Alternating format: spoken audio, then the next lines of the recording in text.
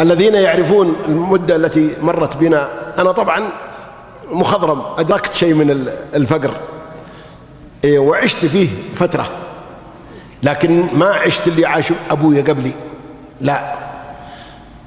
كان الشاي هذا أسطورة، وأنا صغير كان إذا صبوا لنا الشاي واحد ما فيه، قال قد اثنيت، إن كان قلت إيه وقد أخذت واحد قال خلاص ما معك إلا هو، فيعطوني كسرة أقوم أترقى راسها بس توصل الشاي، لأني ليبتها كلها لشفته، فأحط راسها بس تحليه إلين أغلق الخبزة قد عاد نص الفنجان علشان أشرب النص الثاني.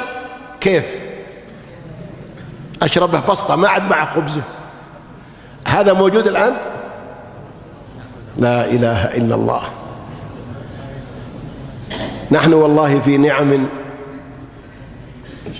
مخيفة، العقلاء في قلوبهم مثل الدهرة خوفا منها، يقولون إيش بك تصيح وانت الأعلى؟ قال أخاف من الانقلاب. تخاصم هو واحد وذاك تحته، اي نعم، ويدقدقه ويضربه ويبكي يصيح، قال إيش بك تصيح وانت الأول، انت فوق انت، اي نعم، قال خايف ينقلب ذا علي. فنحن نصيح ذا الحين ونحن فوق، لكن ايش نخاف منه؟ نخاف من الانقلاب.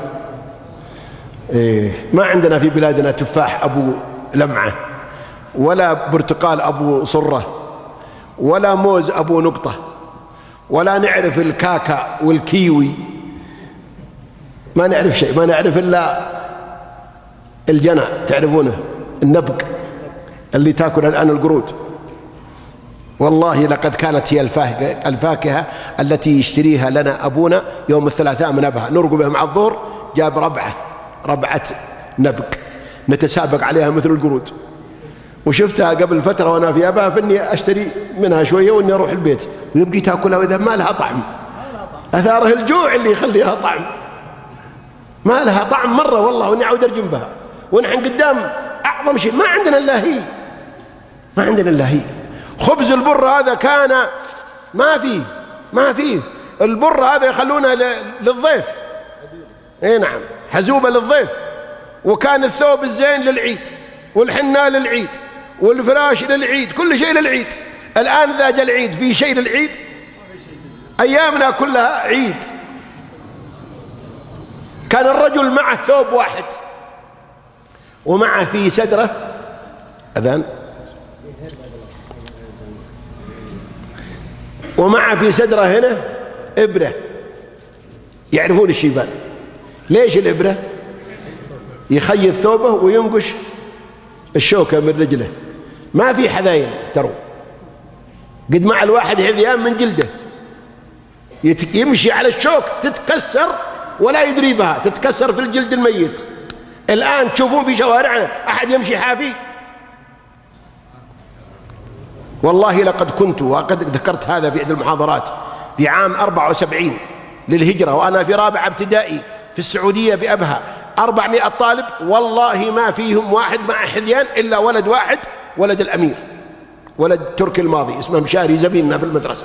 فكنا في الصباح في البرد الشديد، وقد تشققت رجولنا وتبزبز فيها الدم من الشثن ومن البرد، نتلفت فيه، نقعد في الفسحة نشوف رجل مشاري كيف هي قاعدة في الحذيان.